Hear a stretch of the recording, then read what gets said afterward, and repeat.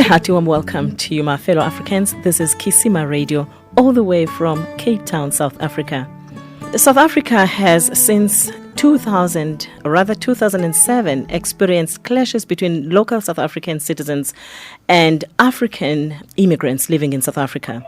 Some of these clashes ended up tragically with some foreign nationals, or rather so-called foreign nationals, losing their lives, belongings and livelihoods as they were maimed, raped, tortured, and their businesses looted. There's always been a debate that it is not actually xenophobic, but rather criminality, while others want to label it Afrophobia. Locals blame the immigrants for taking opportunities over them in employment, yet some blame immigrants for running businesses like tuck shops, salons, etc. Some blame the immigrants for illegal dealings in drugs, running brothels, and human trafficking. All these are cases and causes of attacks on immigrants and have painted a sad picture of our lovely rainbow nation whose constitution embraces tolerance and unity amongst all who live in the Republic. We have on the line the editor of Newsweek Media, John Arufandika, to discuss this and other issues concerning violence. Good evening, John. Welcome to Kisima. Good evening, most people. Good evening, Africa. How are you? Doing very well. It's sad. Our hearts are very heavy.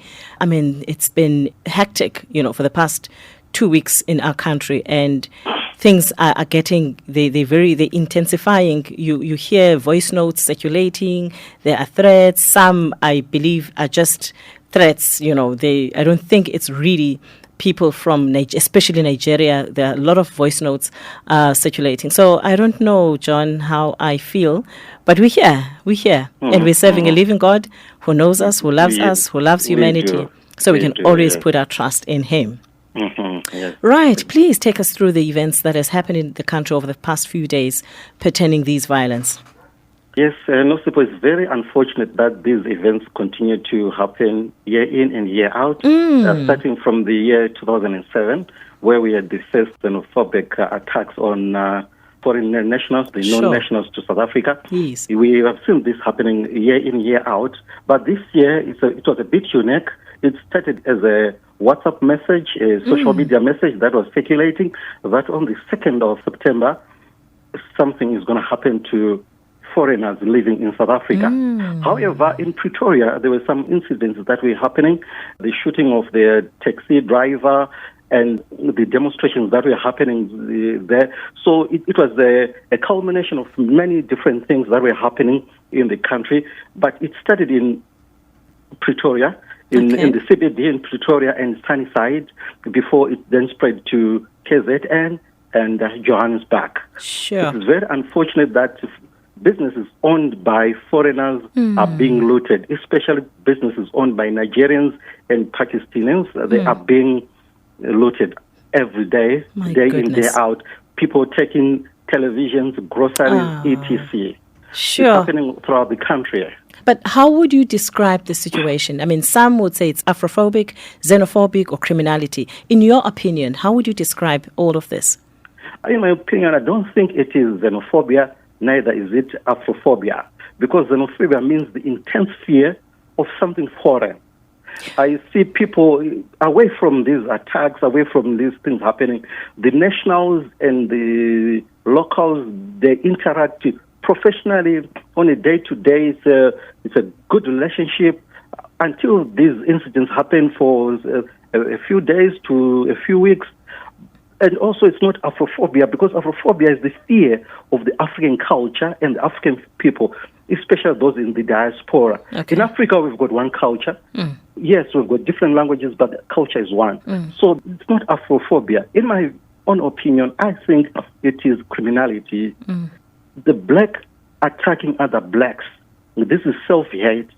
It is black Africans hating and wanting to kill other Africans for the purposes of looting, for the purposes of personal gain, for the purposes that they know best. Yes. I don't know. The honest truth is that we are a broken nation. We are a hurting nation. We walk around with so much pain.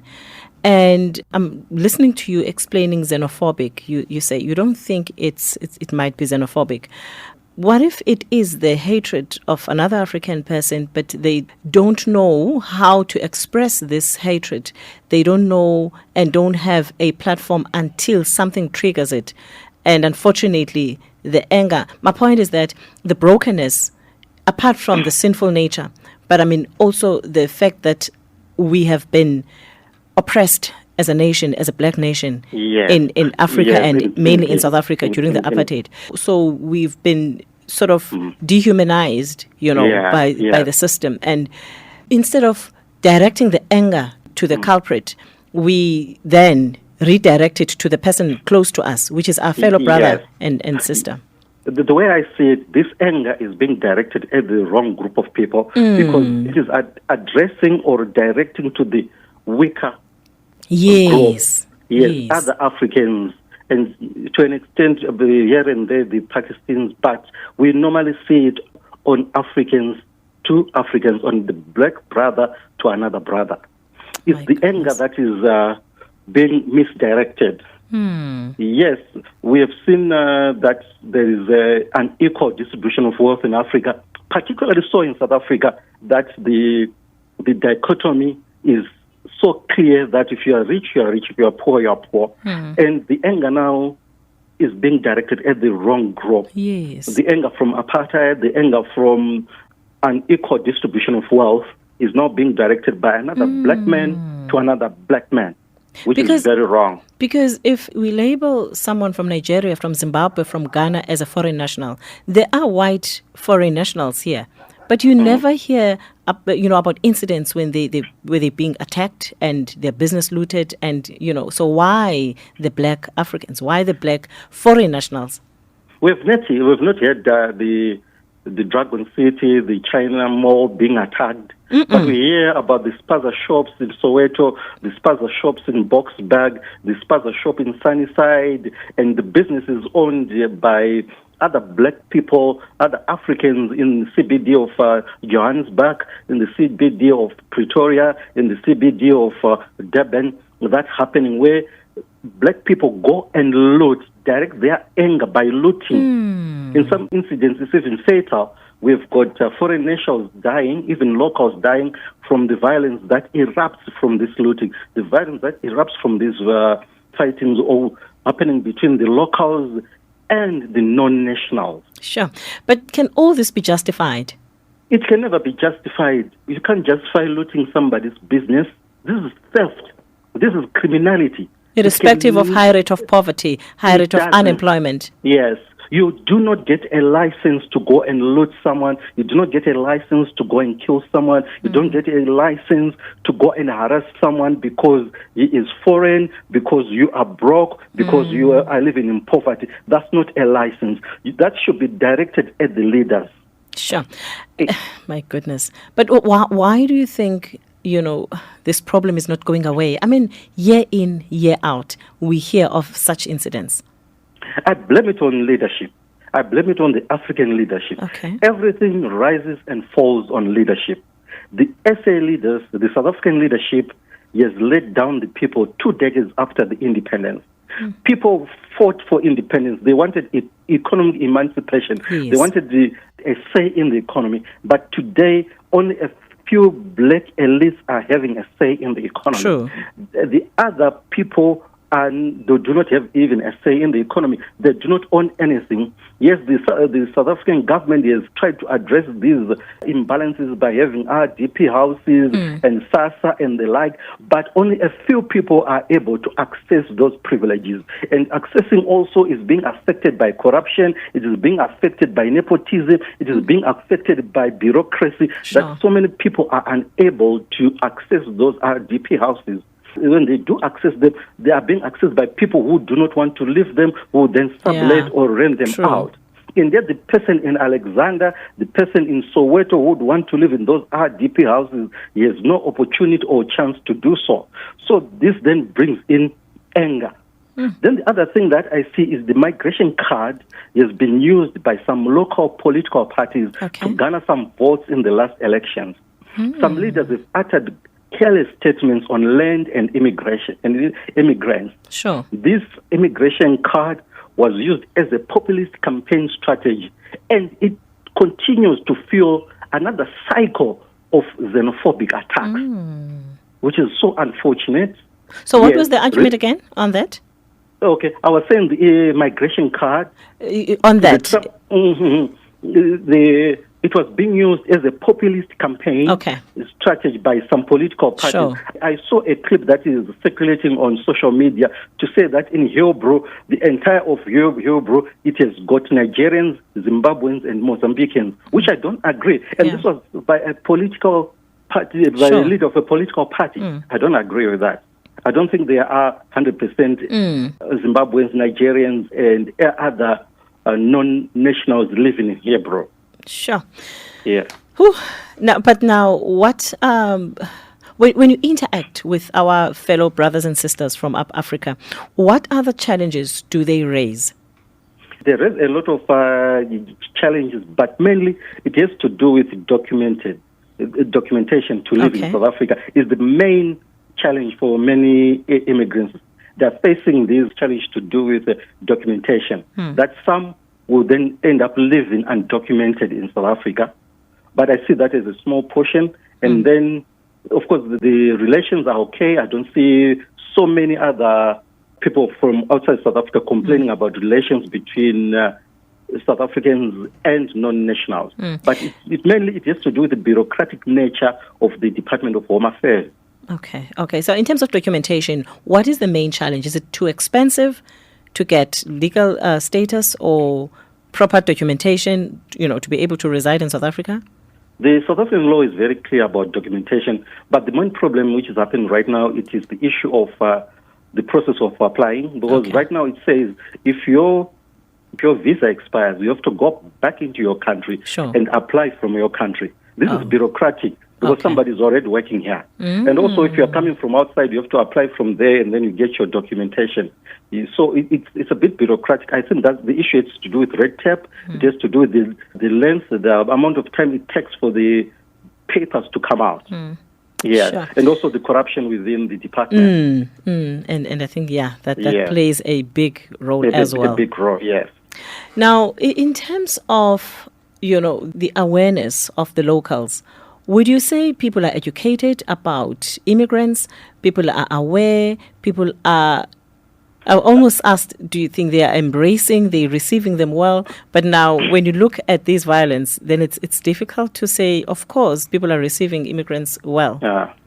What I see is that there's been irresponsible reporting, irresponsible journalism. Okay.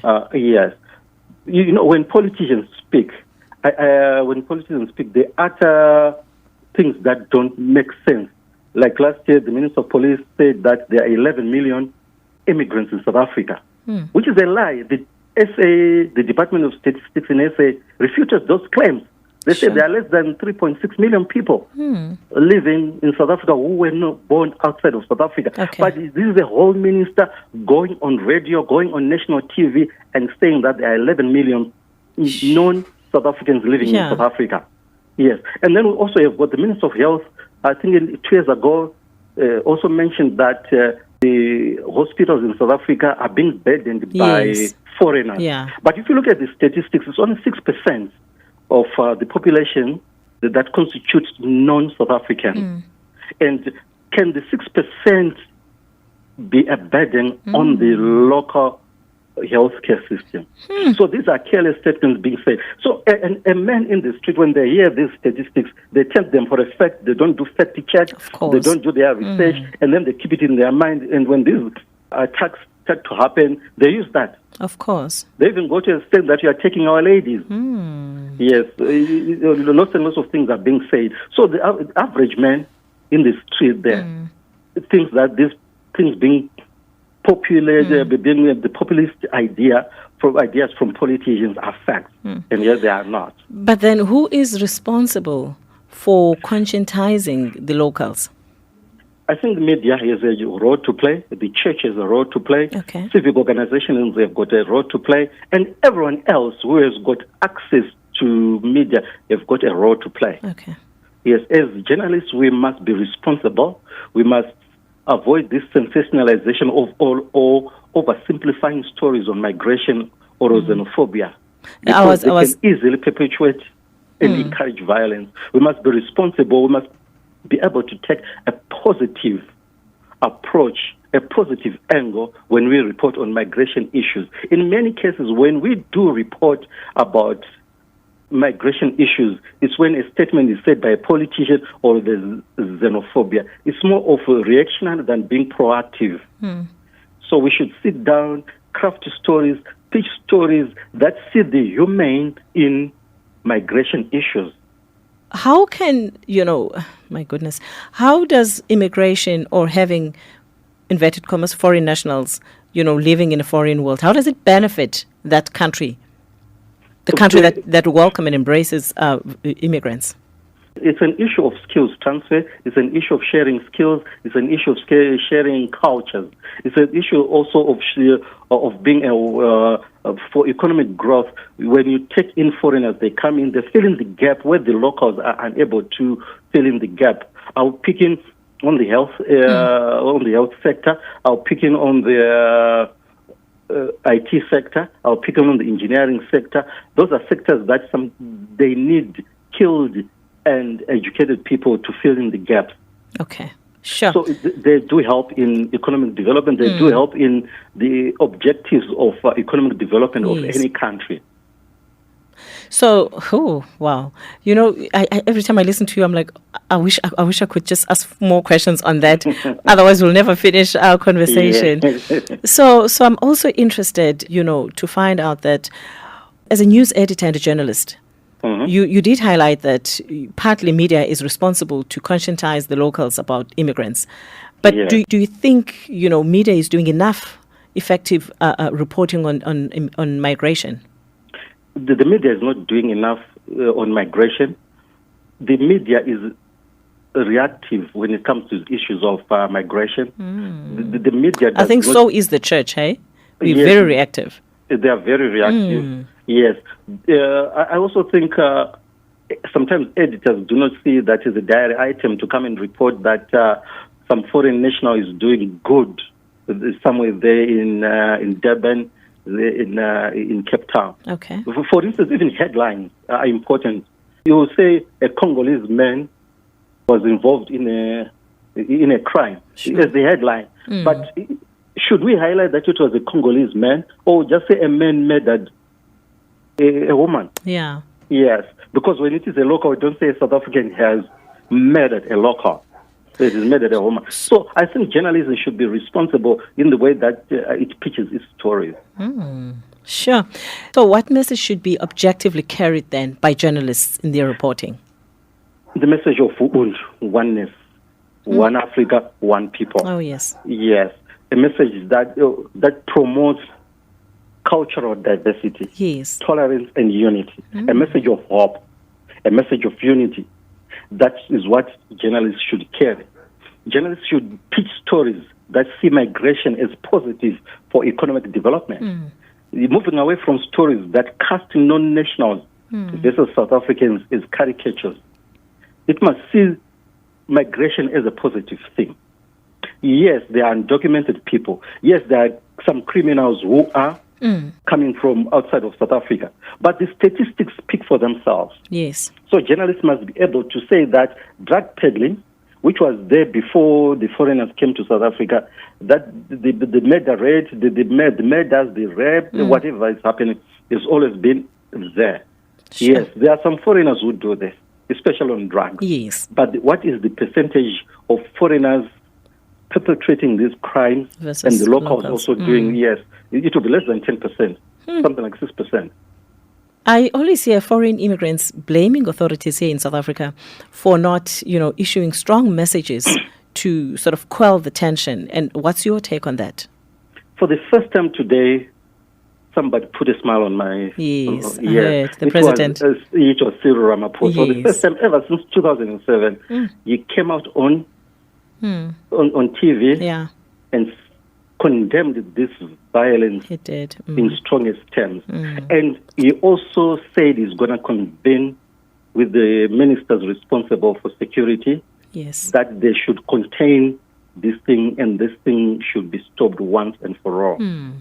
I got excited but in the past, the local authorities have let down the foreigners by not taking a stance on violence. Even you could see, I was in Pretoria, I was doing a piece in Pretoria. Okay. I could see some police just watching while a shop is being looted, but they are there, they are equipped to stop the violence. Yes. They only started to act when they had gone to another shop, and as they were approaching, I think, ShopRite. Sure. That's when they started acting, because ShopRite is a big shop.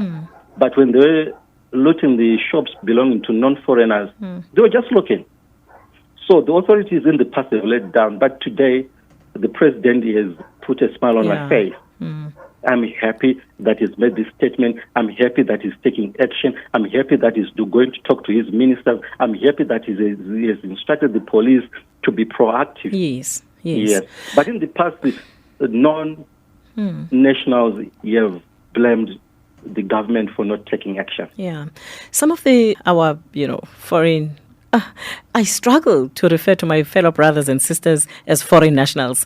So be it. So some of them, they contend that they are highly qualified immigrants who are doing menial work and, low restaurant and petrol attendant jobs. Yet some companies specifically employ citizens only, like South African citizens only. What's your take on that? In my opinion, I think this is misinformation. Okay. When a person first arrives in South Africa, when he is undocumented, they might take any menial job, but eventually when they get their papers, they will move to their jobs of expertise. You can't expect a doctor to continue to be a petrol attendant. When he sees a person, he wants to give them medication. The same with engineers. When they are doing this, they do that on arrival. Yes, most have done that in the past. But the immigration laws in South Africa highly recognize qualified people and experienced people. It's only that the process of applying for the papers takes longer. Most of the people that come to South Africa are economic refugees. They are running from their countries to come here because there is a better remuneration than in their country. Of course. So they just rush in and say, I'll see when I arrive in South Africa. So in the process of applying for papers, they might go and work in a spaza shop. But this is just for less than a year. Then thereafter, he becomes a doctor, he's a doctor. Thereafter, he becomes a software engineer. Thereafter, he becomes a bioscientist. Sure. He becomes a journalist because you have gotten his papers. The only problem happens to those that are not qualified. Yes. But for those that are highly qualified and highly skilled, South Africa needs them. Every day, there are thousands and thousands of job opportunities for people who have got these skills. I'm reminded of what we spoke about earlier on in terms of reporting good news about the contribution that is made by immigrants in South Africa. Looking at key areas of economy and education, we see many government hospitals and education institutions manned by immigrants. And you hardly hear these reported in development journalism to highlight the input of foreign nationals. Yes, it is because the journalists themselves, they don't see value in these stories. They don't have value. If you are going to put them as a diary item, you might end up being dismissed as a non-productive journalist. Sure. Because those stories do not attract an audience. They do not attract an audience that such and such a hospital, there are 10 Nigerian doctors. No, it doesn't. There are 10 Congolese doctors. It doesn't attract. It's not appealing to the audience. Sure. But if you report that there was a Zimbabwean, they wanted to give birth, and then the authorities they denied the person assistance because they are coming from Zimbabwe. Yes, it makes a story. Sure. Yes, we thrive on negativity. We thrive on sad stories in order to survive as journalists. But this needs to change. We need to report issues of migration, issues of people relationships in a positive manner. The policymakers, law and policymakers, do you think they're doing enough also, in terms of spreading the message of love, peace and tolerance and coexistence, which is very important, which is key? I don't think they are doing a good job there. They're not doing enough. About 3 weeks ago, there were clashes between businesses owned by non-nationals in Gauteng, particularly in Joburg CBD, and the police had to retreat after the foreigners were attacking the police. But the police, when they came back, they were using a heavy hand to attack them. And though there was no looting, but their shops were raided by the police. Sure. And ended up with some police officers also being arrested for stealing from the foreign nationals.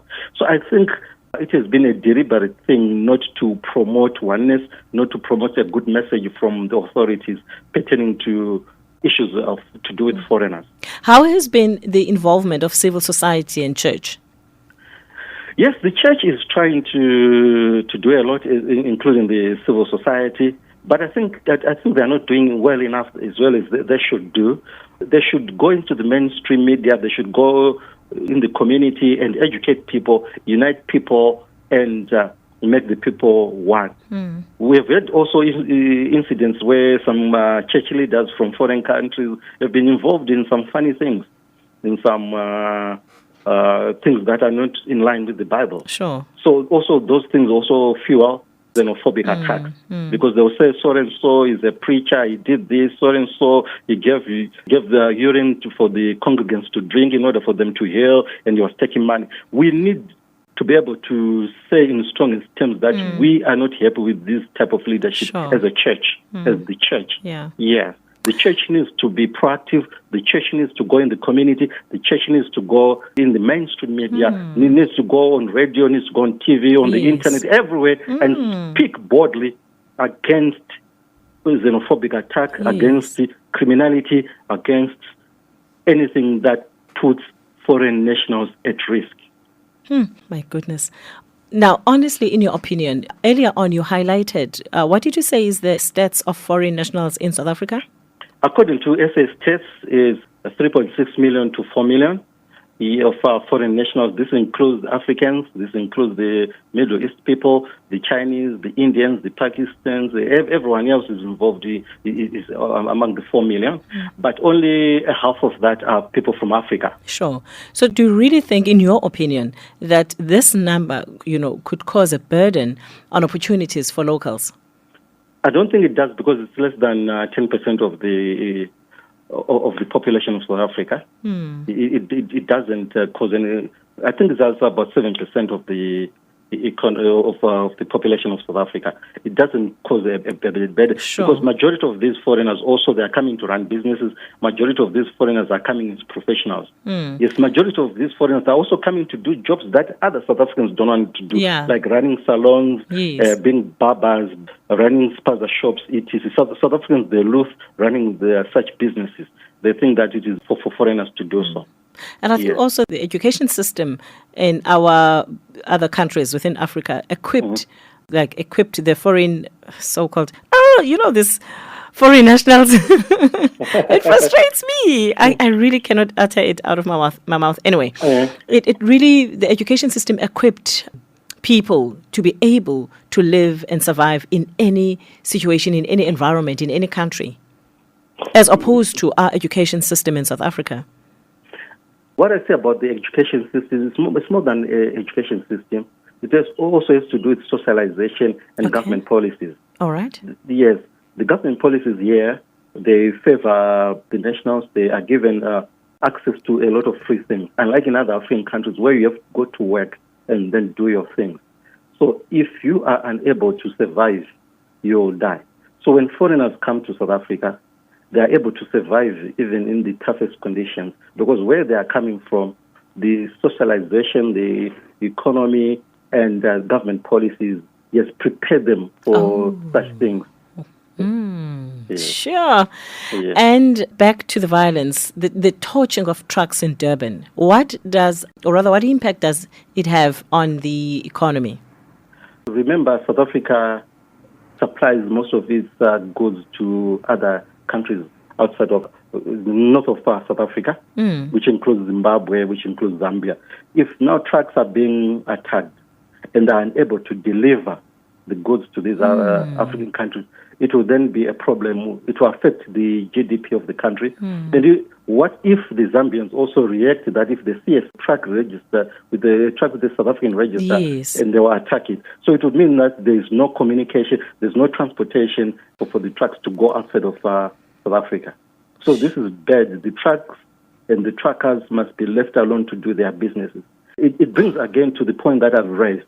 Most of the truckers, most of the truck drivers, they are foreign nationals. Yes. Because South Africans don't have the passport to go outside South Africa. They don't even apply for that. So, and they don't even care to get the necessary code to drive a truck. All they just want to do is to drive the normal small cars. Sure. Yes.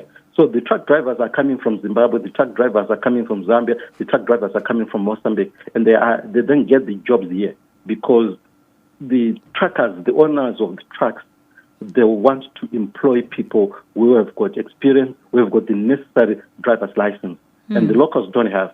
There was an issue, a message that was circulating a few months ago on social media, wanting only South Africans to work for a particular company. But they ended up employing the foreigners because there were not enough South Africans coming in to take the jobs. So it has to do with perception, it has to do with socialization, it has to do with how the South Africans view these jobs which they consider that they are low level.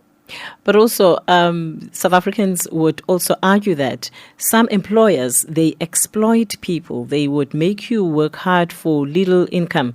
And when South Africans say no, the employer always knows that there is someone out there from outside South African borders who will appreciate that little income. So in a way, they are justified, yes. Sorry? Okay, I'm saying in a way, the South Africans to say that they can't go and work for that company because they are being offered a low salary, they are justified. Because a foreigner can come in and take a wage that is 40% less than what a South African would want to be paid. Yes. That happens in certain incidences. I guess that's what also angers the locals. Yes, I agree with that. It happens even for the petrol attendants and the like. Yes, these attacks, why mainly in Gauteng and KZN and not much in other provinces? Criminality. My goodness. I think in Joburg, that's where there's a higher concentration of criminal activity in Gauteng, which includes also Pretoria, but Pretoria is a bit quiet than Gauteng. Sure. So some people, they don't even care about foreigners. Some of them, they've married foreigners. Yeah, they're married to foreigners, True. but they would want to take advantage to go and attack a shop in order to take a television set, in order to take grocery for the month, and say, hey, my wife have brought you this. Yeah. Yes. So it's an issue for criminality. That's why it doesn't happen a lot in Mpumalanga or in Cape Town. Yes. Yes. But so in KZN and Gauteng. Yeah. Sure. So do you think boycotting South African businesses in other SADC countries is a solution to the problem? It is not, because if you boycott the business, it's going to affect the nationals in Nigeria, it's going to affect the nationals in Zambia. If MTN in Nigeria is closed, it employs about 5,000 people. Who, you see, ShopRite in Nigeria employs locals there. There are no South Africans working there. Yes. Sure. And also they should ask themselves this question. The Nigerians, particularly, they are the ones who have issued a statement saying that they want to close down all business owned by South Africans. Who owns that ShopRite? Is it another black man or someone else? Yes. And who works for ShopRite in Lagos? It's a black man. It is black man coming from a township in Lagos. In Lagos, so yes. if that ShopRite is closed, sure, it means this person is unemployed. They've got a family to feed. They've got kids to take to school. So it's not going to happen. So it's not a solution. I believe that dialogue is the thing to go, and our leaders should take a stand. Yeah. For instance, the Zimbabwean leader is in South Africa, but he has not issued a statement. He's just quiet. Sure. They should be proactive. They should come on fore. They should come and say, we condemn this. Yes. Considering that Zimbabwe has got a good number of citizens living here. Yeah, if not the highest, but I believe it's the second highest. Sure. And I mean, look at what happened now in Zambia, pulled out of a soccer tournament. You know, I think that's silly. Of course, it will put but pressure. It's fear. I guess the English saying says better safe than sorry. Yes, but I also believe that these are pulling out, and also the threat for Mafiki Zolo, which is supposed to perform in Zimbabwe over the weekend. People are now boycotting. Yes, they are going to boycott that. I also believe that this pressure is now mounted on the presidency. That's why they've issued the statement. Yes, this pressure of trying to boycott, though it's in my opinion, it's a bit silly, but I see it forcing the authorities to take action. Because if the police are going to be acting, if the security agencies are going to be acting, it would mean that less and less of this looting would take place. Okay. Instead of the police just watching them taking place. So this pulling out of WF by a few countries, and also Zambia pulling out of the soccer tournament, and then Zimbabwe, they want to boycott Mafiki Zolo, or it will then put pressure on South Africa. But of course, in Zimbabwe, the Mafiki Zolo is going to benefit the locals because the promoter is Zimbabwe, the venue is going to be used in Zimbabwe and everything else. So when Mafiki Zolo collect $100, they're going to leave about $60 or about $40 with Zimbabweans. Then they'll come with $60 in South Africa. So it's a win-win situation. Yes. So where to from here, in your opinion? How can we? Where to from here as a nation? As Africa, how can we combat all of this? Just in few words, as we're closing our conversation. I think the best way is communication, the right communication, the right words to use. The first word that we should avoid is xenophobia. Yeah. We should just call them attacks. Okay. We should just call them looting. Okay. The second thing is that the media should also be responsible. It should not say careless things. Then lastly, and above all, the politicians and leaders, they must see Africa as one. They must see Africa united. They must have the spirit of Ubuntu. They must not be selfish. Yes, some African countries are bleeding because skills are being taken from their countries to South Africa. And at the same time, the South African leaders should also protect foreign nationals when violence starts. Wow, that was John Arufandika, editor of Newsweek Media. John, thank you so much for your time. We really appreciate your planning and preparing for this interview. For me, it was very eye-opening. It was insightful. I'm educated. And to my fellow Africans, Psalm 24 says, the earth and everything and everyone who belongs in it, or rather who lives in it, belongs to the Lord. So let us love one another. God is concerned and He is mindful of every one of us. In His heart, He has humanity, and in His heart, He has our souls. So when we treat each other like animals, God is not pleased. Thank you once again, John. Thank you very much, Nosipo. Thank you very much for inviting me to the program. And thank you very much for giving me the opportunity to speak about xenophobia, to speak about Ubuntu, to speak about One Africa. Awesome. That was KisimaRadio. Until we meet again next week, remain a blessing.